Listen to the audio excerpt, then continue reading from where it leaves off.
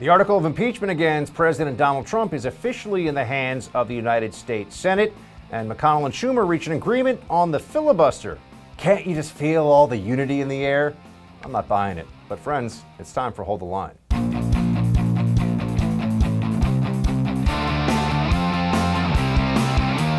This impeachment is nothing more than a partisan exercise designed to further divide the country.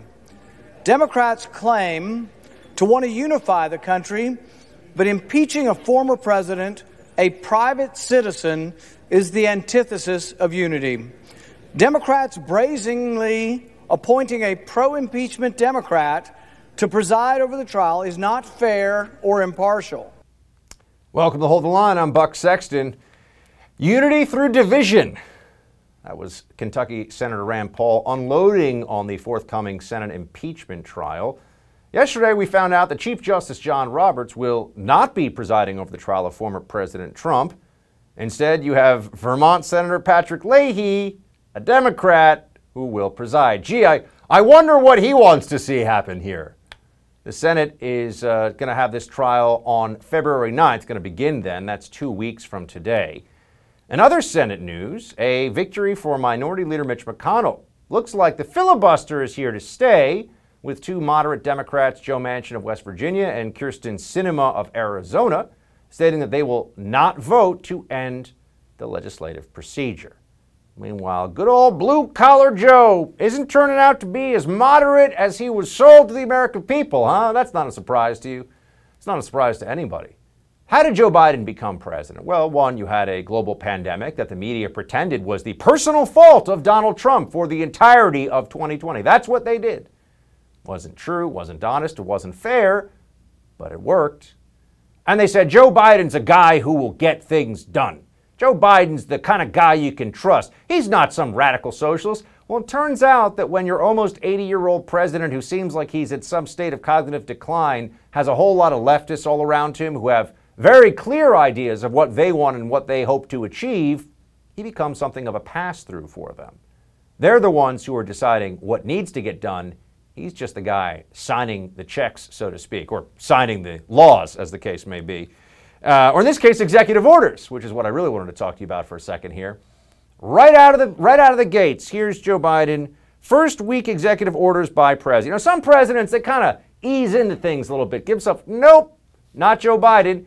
You see, 27, by far the most executive orders of any president. Bush had 0. Bill Clinton 2, Donald Trump 4, Obama 5, 27.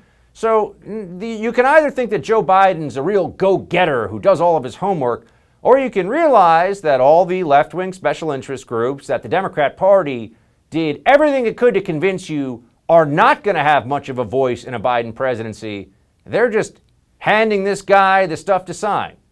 He gets it through. But don't worry, blue-collar Joe. He's got that big grin. He's your friend, right? Nothing to worry about there. What's weird, though, is that this Joe, the one who's actually president, seems to be doing things that the old Joe, I don't mean from 20, 30, even 40 years ago, because that's how long he's been in politics. I mean the Joe from October. Here's the kind of stuff he was saying about executive orders. I have this strange notion. We are a democracy. Some of my Republican friends and some of my Democratic friends even occasionally say, well, if you can't get the votes by executive order, you're going to do something. Things you can't do by executive order unless you're a dictator. We're a democracy. We need consensus.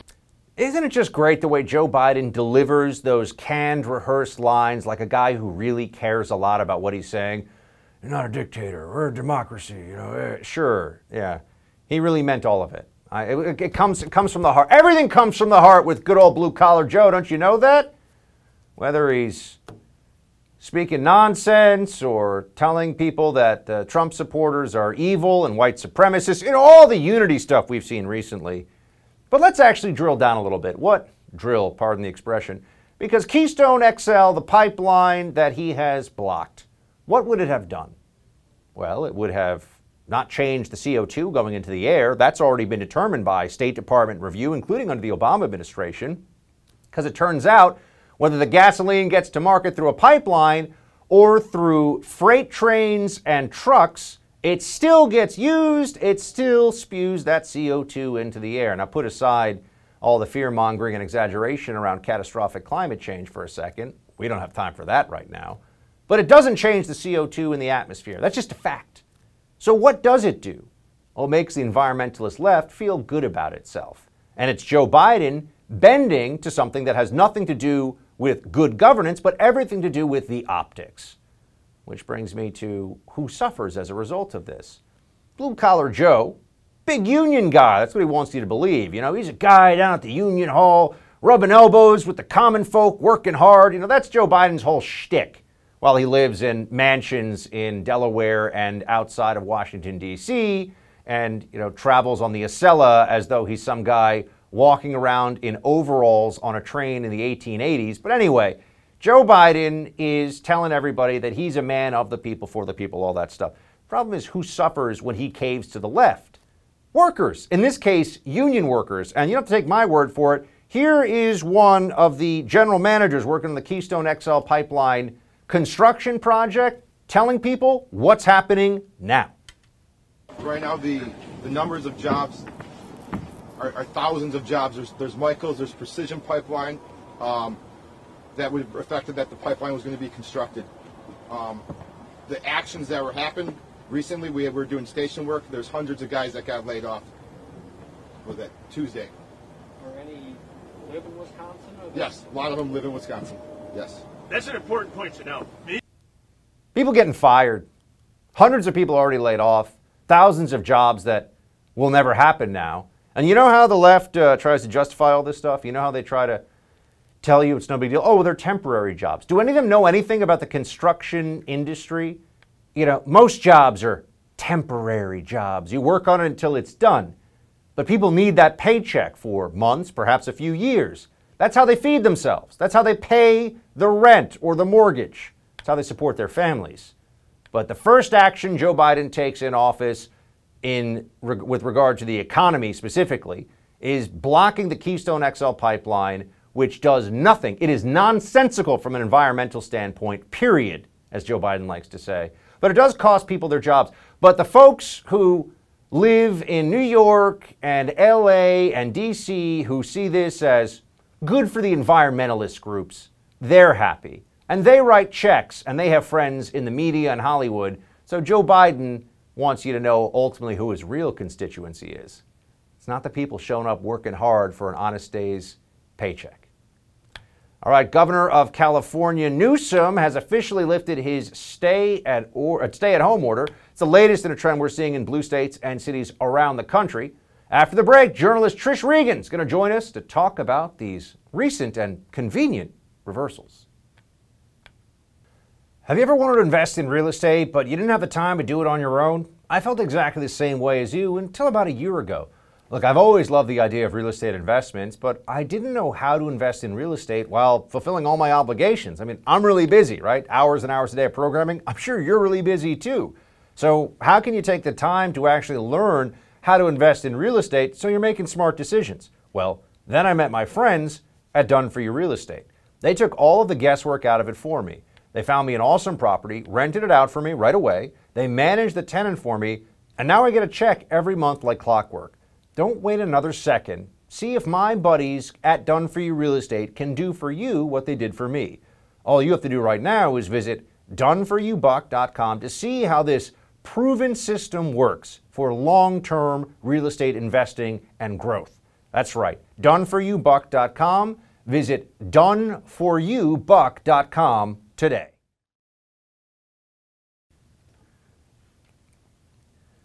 As the country continues to battle the coronavirus pandemic, President Biden's proposing an aggressive spending program to support the economy, saying failure to do so now could cause irreversible damage.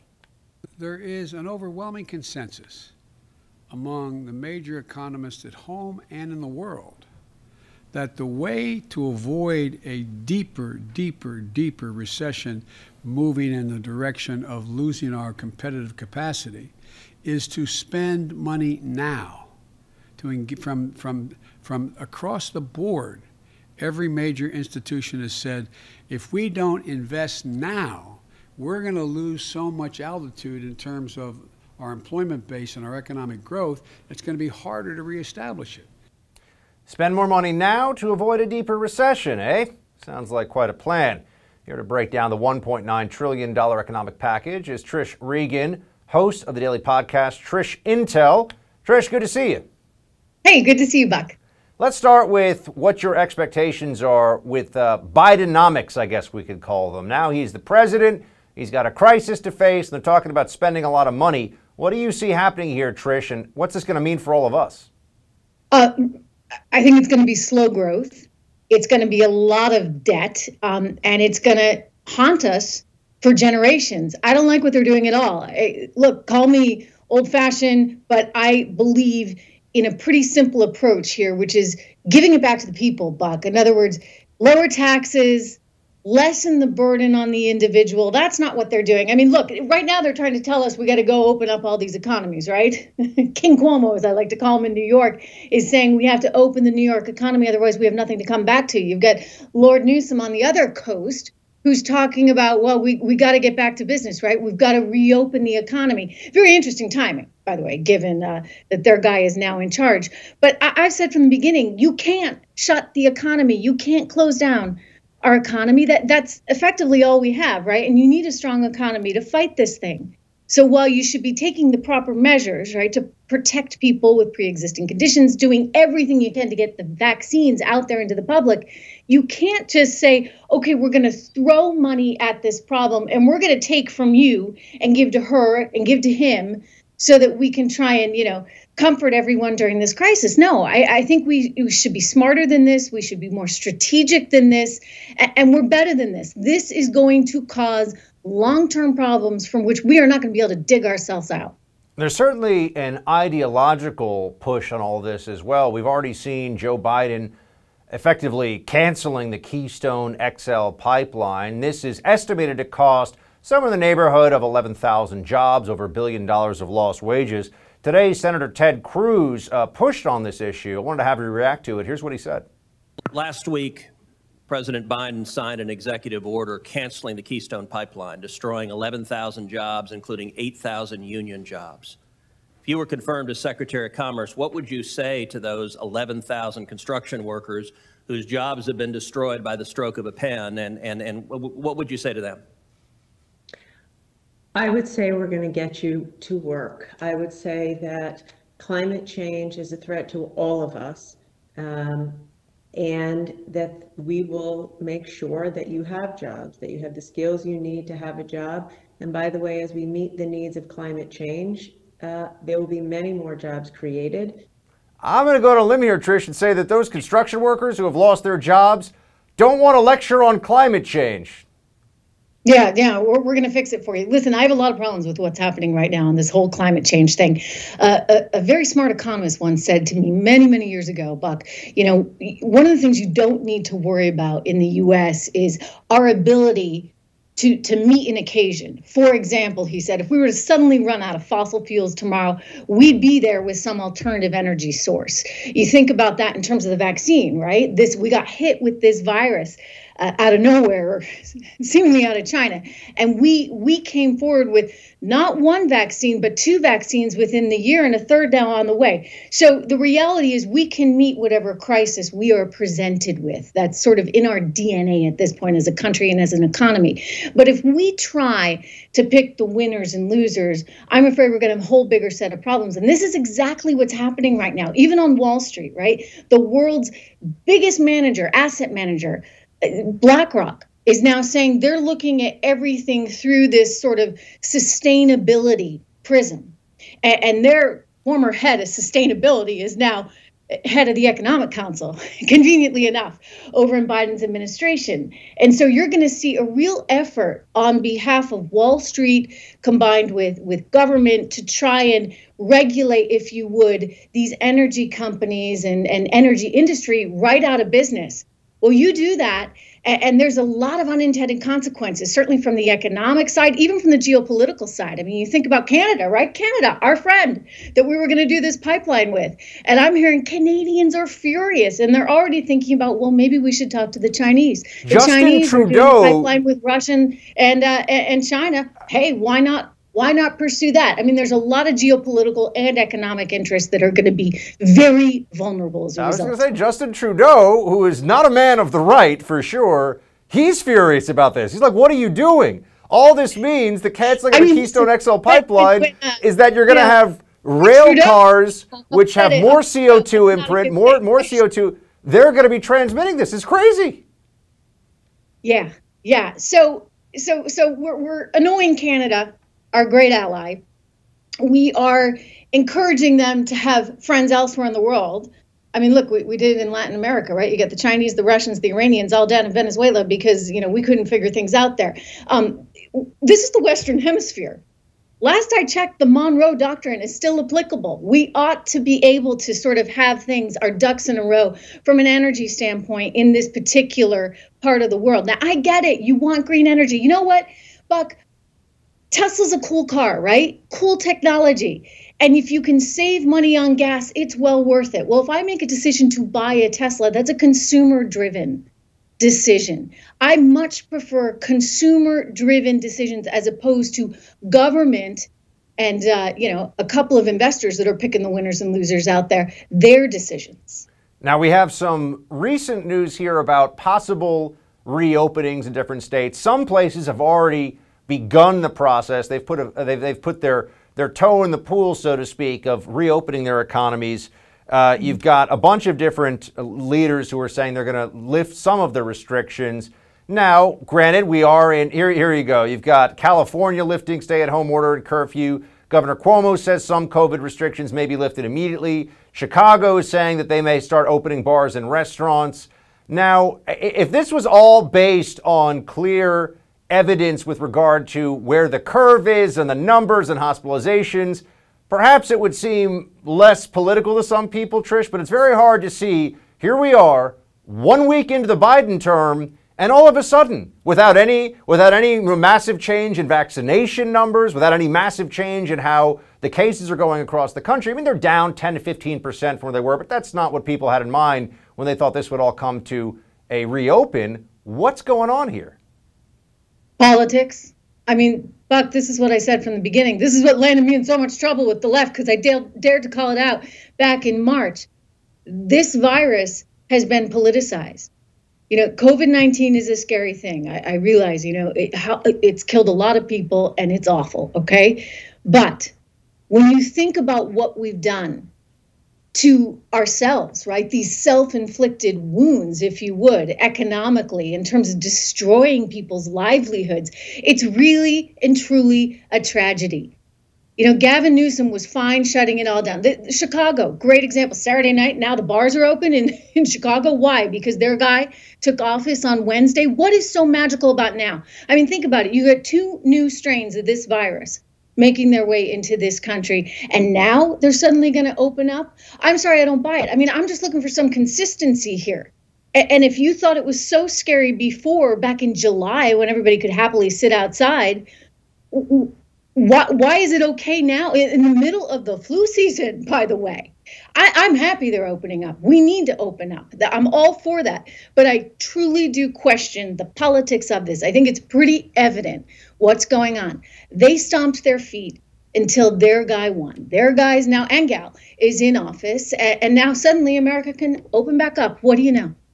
Trish Regan, everybody. Trish Regan's Trish Intel podcast, something you should all check out. Go to TrishIntel.com. Trish, good to see you. Good to see you, Buck. President Biden has promised to reopen schools quickly, but the teachers' unions aren't making it easy. A deep dive into America's shuttered classrooms in tonight's Buck Brief is up next. These days, being prepared for the unknown is more important than ever. I'm sure you've noticed the world we live in is anything but predictable, and we could all benefit from something reliable right about now. Well, what could be more reliable than real gold and silver? I'm talking about real gold and silver you can actually hold right in your hands. Call the Oxford Gold Group right now. Learn how easy it is to get real gold and silver sent securely directly to your home, or how you can have real gold and silver placed in your IRA or 401k. I've done this. I get my gold and silver from the Oxford Gold Group. You can trust them. Just call the Oxford Gold Group right now at 833-600-GOLD and ask for your free guide on owning gold and silver.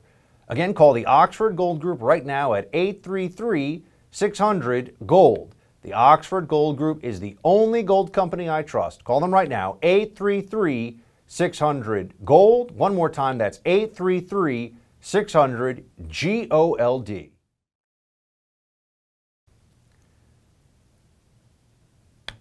Who cares about the children these days? It seems lost that in our policy debates over COVID, lockdowns, and schools, the impact of all of this on our nation's children is extreme. Schools have been closed for close to a year now in many jurisdictions.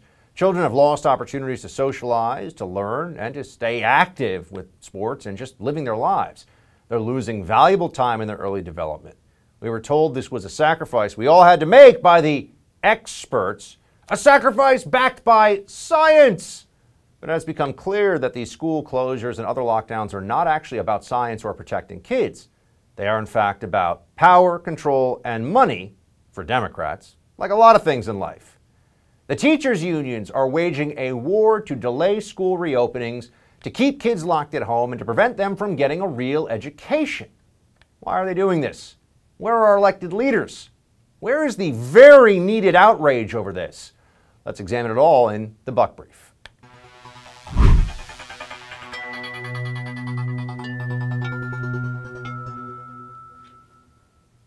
The data is clear. There should be no question at this point. Europe has countries that have never closed their schools, and they're doing just fine. They've had few to no hospitalizations of children, few to no deaths of children, and the teachers are actually not at the risk that they were thought perhaps to be at 6 or 7 months ago, before we knew that children are not very strong vectors of this disease. It's hard to get infected from children, which is a great thing, because that means that older people don't have to be as concerned. Younger people that are actually the students here, we're talking about K through 8 schooling in particular, have almost no risk to be worried about from COVID. Their bodies, thank God, clear it very quickly and very easily. Plus, we've got vaccines coming in, and teachers in some places are essential workers. But hold on a second. In some major school districts, in some major areas of the country where you're talking about millions of school-age children, teachers are getting vaccinated, but they still don't want to go back and have to actually do their jobs in the classroom. Oh, you mean it turns out the teachers' unions want their members to be able to stay home, collect their exact pay and benefits with no fear of any cutbacks, to do Zoom learning? Yeah, I guess it's a lot more fun to teach third grade social studies when you can wear your pajamas. Teachers union in Chicago, they're fighting back against this. They were supposed to return to the classroom this Monday in preparation for the return of students to the district's K through 8 schools next week. But on Sunday, a majority of the teachers union's membership voted in favor of a resolution to continue to work remotely. The union said 71% of its voting members had voted to conduct remote work only, 86% voter participation. So can we skip that nonsense where we say, teachers just want to teach? That's what we always hear from the teachers union mouthpieces. Teachers just want to teach. No, they don't. They want to stay home, drinking coffee on their couch, running Zoom classes like that. That's what they're doing. They're at no particular risk. Why is it that drugstores across the country, grocery stores across the country, those essential workers have showed up every day to do their jobs so that society doesn't collapse? So thank you, essential workers. Thank you, truck drivers. Thank you, postal service employees. Thank you to the people out there, nurses, doctors, everyone else who's showing up and doing their jobs. Are schools not essential? Is that now the new position that we should be trying to explore a little bit more? I think a lot of people are. But while this is happening, you have to understand the politics behind this. It's not about the children. It's about the teachers' unions as protecting the prerogatives of adults, making sure that the teachers' union members have the best, cushiest privileges they possibly can, and holding students hostage in the process. It's about the opposite of the kids. They're actually taking this out on the children. And you would think that Joe Biden, who's all about the he's Grandpa Joe for America, right? That's what we're told. All about the kids and schools and riding his choo-choo from Delaware to D.C. But turns out, no, Joe Biden actually backs the teachers union on this. Play the clip. I believe we should make school classrooms safe and secure for the students, for the teachers, and for the help that's in those schools maintaining the facilities. We need new ventilation systems in those schools. We need testing for people coming in and out of the classes. We need testing for teachers as well as students. And we need the capacity to know that, in fact, the circumstance in the school is safe and secure for everyone. Ventilation systems, new ventilation systems throughout all the schools. How long do you think that's going to take? How expensive do you think that will be? And why? We're talking about people now who are able to get vaccinated as essential workers, but they're still fighting, even vaccinated teachers are fighting going back into the classroom because they're so concerned, because the odds are what? It's very hard for them to get it from children in the first place. Children are at completely acceptable risk from this, meaning almost zero risk from COVID. And now they're vaccinated on top of that, the teachers. And yet we're supposed to believe that what? Too scary for them to be? Why can European countries that have had the same kind of COVID problems we have never close schools, but we close schools? Why is that? Oh, that's right. The teachers' union. Speaking of mouthpieces for the teachers' unions, we've got American Federation of Teachers President Randy Weingarten, always full of the talking points that are just nonsense about the teachers. I've dealt with her many a time. Here she is. They are working 24/7. I talked to them late last night. I've talked to them this morning. There are a lot of challenges. The Chicago Teachers Union is working really hard to help ensure that kids have a shot and that educators are being safe. Exactly. And they are working really hard. And I am urging the Chicago public schools to think out of the box and work with our union on trying to get this done. Blather. Total nonsense.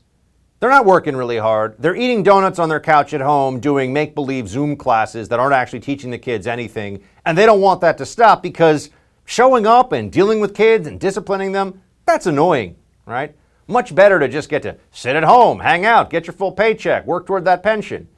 Notice how she says, so that kids get a shot. This has never been about kids, and it's not about kids now. This is about adults who want the most for the least. That's what's really going on here. I didn't even get into the Las Vegas school districts, Las Vegas public schools pushing to reopen because of all the suicides going on among students. Because this isn't just about falling a little bit behind on standardized testing, which is bad enough. This is about the emotional and psychological development of millions of kids all across the country. And what do they offer for this? They're working so hard in the Chicago Teachers Union. Yeah, because that's, when we think of union officials for the public sector unions, we all think of really hard work on behalf of other people. What a joke. As the Senate prepares to try the former president, many Republicans are asking if it's even constitutional. We'll have more on the forthcoming trial with former congressional candidate Catalina Lauf when we come back. House Democrats have delivered the second impeachment case against Donald Trump to the Senate. Many Republicans are calling this illegitimate and unconstitutional. As we mentioned earlier, the trial is set to begin in 2 weeks, is already facing hurdles as Supreme Court Chief Justice John Roberts announced he is not going to be taking part in the process. He's handing that position to Vermont Democrat Senator Patrick Leahy. And after days of declining to say where he stands on impeachment, President Biden gave an off-camera interview to a CNN reporter yesterday. He told me, Aaron, quote, just a few minutes ago, I think it has to happen. He said that he did understand the effect that it could have, of course, given that it will basically be all-consuming for the Senate, given however long it could last. But, Aaron, he said he thinks the effect if that trial for President Trump, former President Trump, didn't happen would have a worse effect if it did not go forward. Joining us now is former congressional candidate in Illinois and founder of the Defense of Freedom PAC, Catalina Lauf. Catalina, good to see you. Thanks for having me on. So let's start with the impeachment trial now going to the Senate. The articles have been transmitted from Nancy Pelosi, the Democrats in the House. Explain how we are supposed to achieve, as a Democrat state, unity through what will clearly be a divisive process. You know, it's incredible of how much work needs to actually be done, and they choose this now, taxpayer-funded, another boondoggle, another sham to move forward. And clearly, it's not going to have the support that they need by the GOP Senate senators. And you know, I think it's just a complete waste of time. And what a show! It's ridiculous, but we've got Senator Rand Paul going into some of the specifics here about his view of just impeachment as it is currently being conducted, the post-presidency impeachment. Here's what he said. I want the Democrats to raise their hands if they have ever given a speech that says, take back, fight for your country. Who hasn't used the words fight figuratively? And are we going to put every politician in jail? Are we going to impeach every politician who has used the words fight figuratively in a speech? Shame. Shame on these angry, unhinged partisans who are putting forth this sham impeachment, deranged by their hatred of the former president. What do you think of Senator Paul's analysis? You know, he's right. And there was a judge, Michael Lutig, that did a great opinion article in the Washington Post really describing the constitutionality of this. And it's completely unconstitutional. It shows especially the progressive Democrats that are really trying to put the pressure on the rest of the Democratic senators. Just they are so power hungry. They want to tarnish not only the Trump presidency, but the Trump movement as a whole in doing this. And also the fact that there's so much that should be getting done here, and they choose to do this. It's all political, and it's completely unconstitutional. And I do hope it eventually goes to the Supreme Court so that finally we can resolve this, so that another Republican president is not going through the same process down the line. Because once we've seen the gate open now, they're doing it now a second time. It is unbelievable. It shows worse on them than it does actually on the president being impeached twice. What do you think of those Republicans who have already come out to say that they're either open-minded to convicting the president in this whole process or are already leaning in that direction? People like Portman, Mitt Romney, and others. Yeah, well, you see, Portman's not going to run again in 2022 because he's obviously going to have a primary challenger. Mitt Romney, I'm sure, is going to have the same issue when he's up for re-election. We saw the complete backlash with the GOP congressional elected officials who actually are now, there were 10 of them, that are receiving so much backlash, not only from donors, but more importantly from their constituents, that is still a heavily Trump base. There are people that still believe a ton in the America First movement. And now that these elected officials are saying these things, they're going to be up for a huge political battle in their respective terms, because it is not the way that Republican voters want this to go.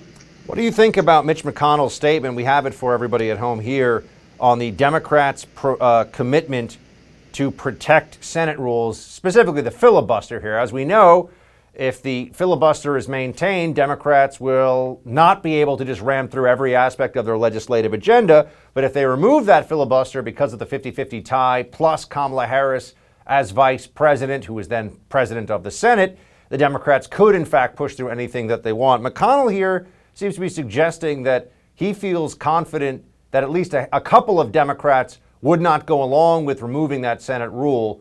What do you make of it? Yeah, I think, look, people like Senator McConnell and others they're good at politics. And I will tell you, they know what's at stake if they remove that. And it's not fair. Look, the country is not progressive, and I wouldn't even consider it Democrat. While the Democrats hold, all three branches now, it's by the Democrats in terms of bodies here. They are hanging on a limb. I mean, we almost took back the House, Republicans, this past election cycle. We have a good chance of taking back the Senate up in 2022. And so to be able to unleash this kind of big power grab, they can push whatever they want, is not exactly what I think the country is moving towards. And again, I think they're going to have a massive political battle. Now we at least have kind of stalled things. And as somebody who's, I ran for Congress, and the thing when you are running, especially on the Republican side, we don't want to pass a significant amount of legislation. You know, we shouldn't have so much going through all the time. And every time legislation is passed, it's a little bit chipping away at individual liberties. And so to be able to, you know, remove the filibuster, progressives and Democrats want to be able to push whatever they can. A lot of the more pragmatic Democrats, I think, realized what was at stake if they ended up eliminating that. So I'm glad that. I was going to say, Kelly, I know you ran in this last election. You had a close one, and you're perhaps going to consider again in the future. What do you, as somebody who's seen it from the inside, and I know you ran in the state of Illinois, what do House Republicans have to focus on between now and the midterms to make that happen and take back control of the House? Yeah, the biggest thing, and I will tell you, even in non-border states, is immigration reform. And you see Joe Biden's immigration agenda, and it is absolutely atrocious. I think that is a policy issue that was completely not talked about enough, I believe, in this last cycle. And then, of course, fiscal conservatism. I mean, look at the massive amount of debt. You see progressives now really pushing a lot more statism, a lot more between checks, universal basic income, these things that are just completely blowing up and continuing to balloon our government are things that we need to be talking about as GOP, as conservatives. Where is our message? Where is the essence of the America First agenda now for congressional candidates moving forward? And we need to get back to those values. Catalina, thanks so much for joining. Good to have your expertise. Thanks for having me. It's almost time for our rapid fire look at some of the stories we haven't gotten to yet, but we're going to. That's Quick Hits up next. I love Black Rifle coffee. I drink it every morning. In fact, I drink it several times a day. If you're like me, you want your coffee, but you don't want to be supporting some company that's all about the woke left. You don't want to have to wait in line, and you want delicious, I'm talking top quality coffee at a great price. I can cover all of that for you and more with Black Rifle coffee. The best way to enjoy Black Rifle is through the Coffee Club. That's a free subscription where your chosen coffee is roasted, packaged, and shipped free to your door on your schedule. In addition to the convenience, you receive special discounted pricing and gain access to exclusive products, member-only content, partner discounts, and more. Get the freshest coffee in America without leaving the couch. To buy it, just go to blackriflecoffee.com/buck and use code BUCK at checkout for 20% off your purchase and your first Coffee Club order. Again, that's blackriflecoffee.com/buck. Get great coffee from patriots who share your values. Go check it out today.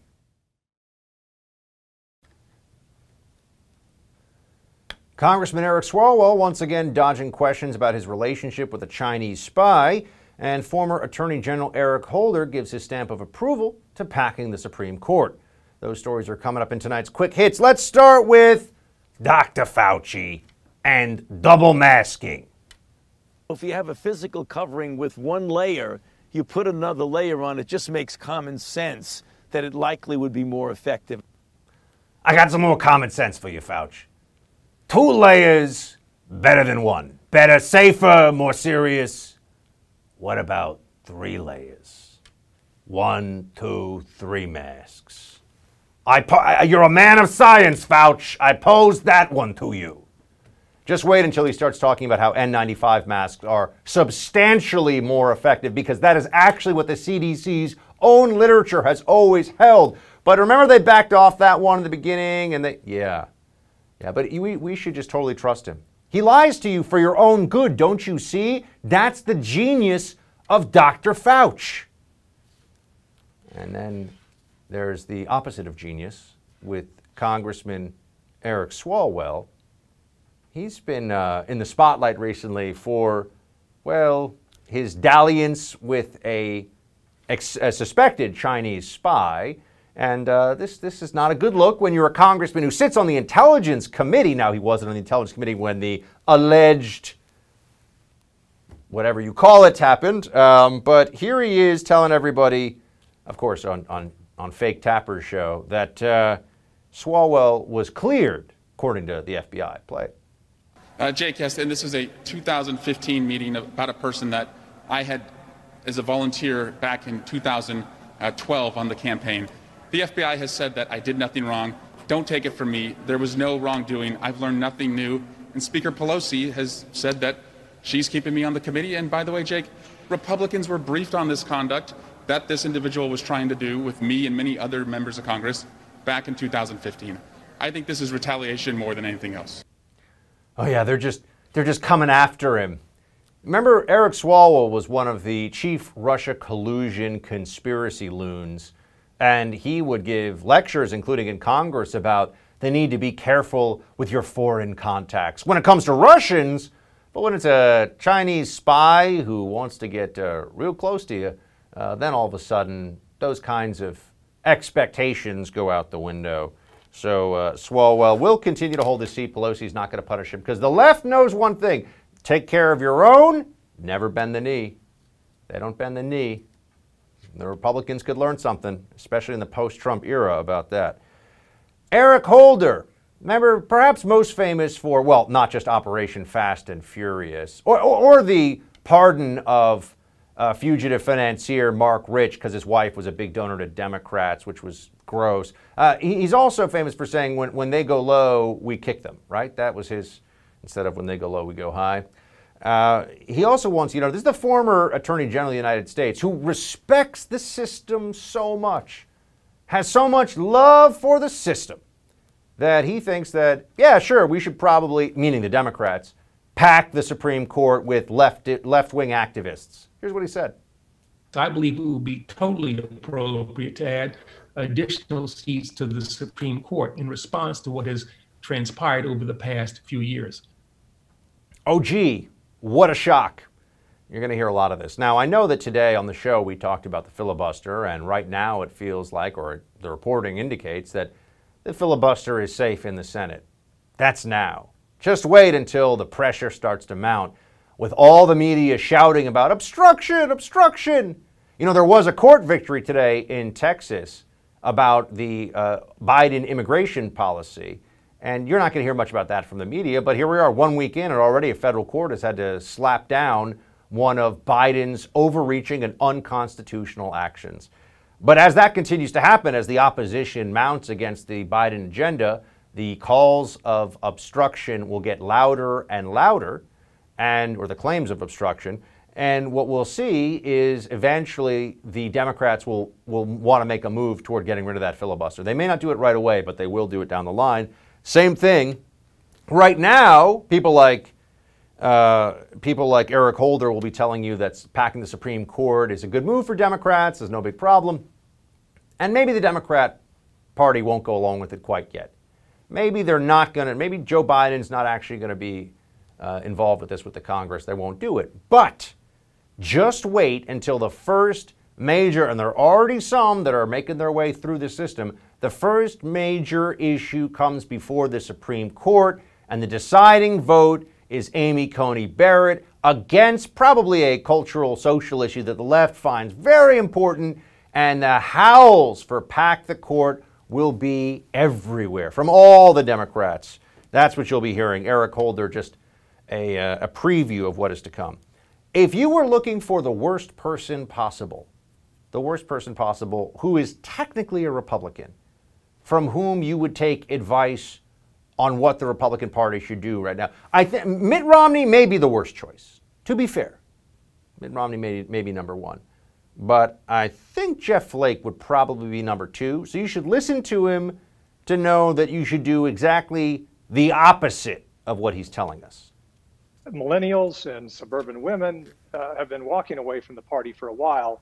I think they're in a dead sprint unless we, get away from Trumpism. I do believe that the president has lost significant influence. He will lose significantly more influence in the months to come.